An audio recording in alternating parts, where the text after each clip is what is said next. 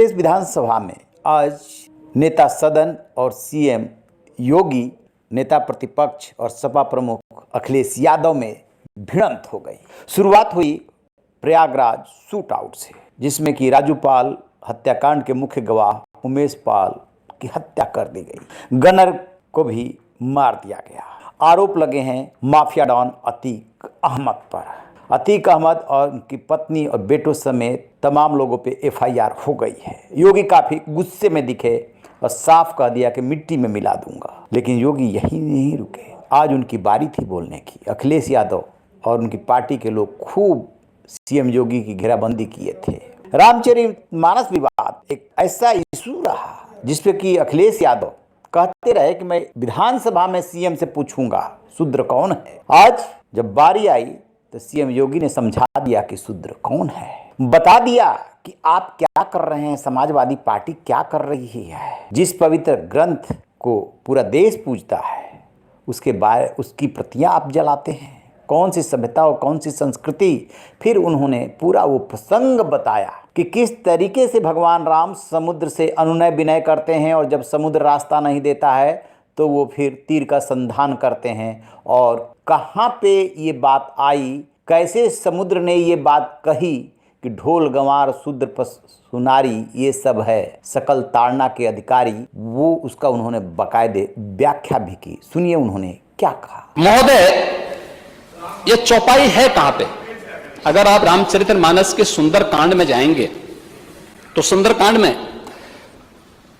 ये प्रसंग तब आता है जब भगवान राम 3 दिन तक समुद्र से लंका में जाने के लिए रास्ता मांगते हैं और रास्ता नहीं मिला। तो पहली चौपाई तो मैंने पहले बता दी थी, जब उन्होंने कहा कि भय विन होई न प्रीति। और तब जब लक्ष्मण जी धनुष और बाण लेकर के राम जी के पास जाते हैं और भगवान राम को देते हैं और भगवान राम तीर का संधान करके फिर समुद्र को चेतावनी दे करके आगे की कार्रवाई करते हैं, तब समुद्र खड़ा होता है और भगवान राम के सामने फिर कहता है, महोदय ये वही पंक्ति है, प्रभु भल कीन मोई सिक दिन ही मर्यादा पुनि तुम्हारे कीन है। ढोल गंवार शूद्र पशुरानी सकल ताड़न के अधिकारी। अब ये सीख से है, शिक्षा से है। तो मैंने शुरू में इसी बात को कहा ना, विरासत में नहीं मिलती।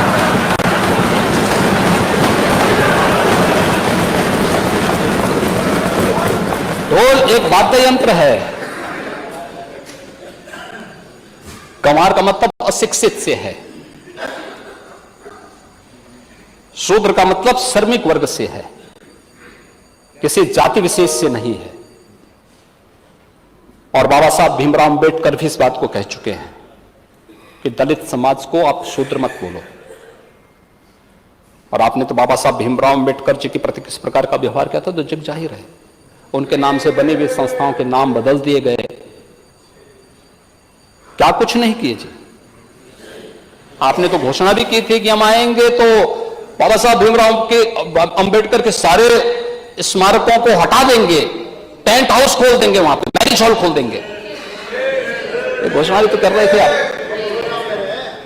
आज सामाजिक न्याय की बात करते हैं। और नारी का मतलब स्त्री से है, मातृसत्ता से है। मध्यकाल में जब यह रचा गया था उस समय महिलाओं की स्थिति क्या थी? रामचरितमानस की रचना जिस कालखंड में हुई थी उस समय महिलाओं की स्थिति क्या थी? किसी से छुपा हुआ नहीं है। बाल विवाह जैसी विकृतियां भी उसी समय पनपी थी। इसलिए पनपी थी क्योंकि जिस प्रकार की शासन सत्ता थी, जिस प्रकार की अराजकता थी, उसको ध्यान में रख करके और उसको इस रूप में लेकर के मैं वही बोलना चाहता हूं कि आखिर विरोधी दल से जुड़े हुए समाजवादी पार्टी, विरोधी दल को मैं दोषी नहीं दे सकता, सॉरी, मैं समाजवादी पार्टी से ही कहना चाहता हूं कि आखिर आप इसके नाम पर, जिस पर उत्तर प्रदेश को गौरव की अनुभूति होनी चाहिए कि राम की धरती है, कृष्ण की धरती है, गंगा यमुना की धरती है, संगम की धरती है, और उत्तर प्रदेश की धरती पर रामचरितमानस और वाल्मीकि रामायण जैसे पवित्र ग्रंथ रचे गए, जिस उत्तर प्रदेश वासी को गौरव की अनुभूति होनी चाहिए, आप उस पवित्र ग्रंथ को जला करके क्या देश और दुनिया में रहने वाले 100 करोड़ हिंदुओं को अपमानित करने का काम नहीं कर रहे हैं?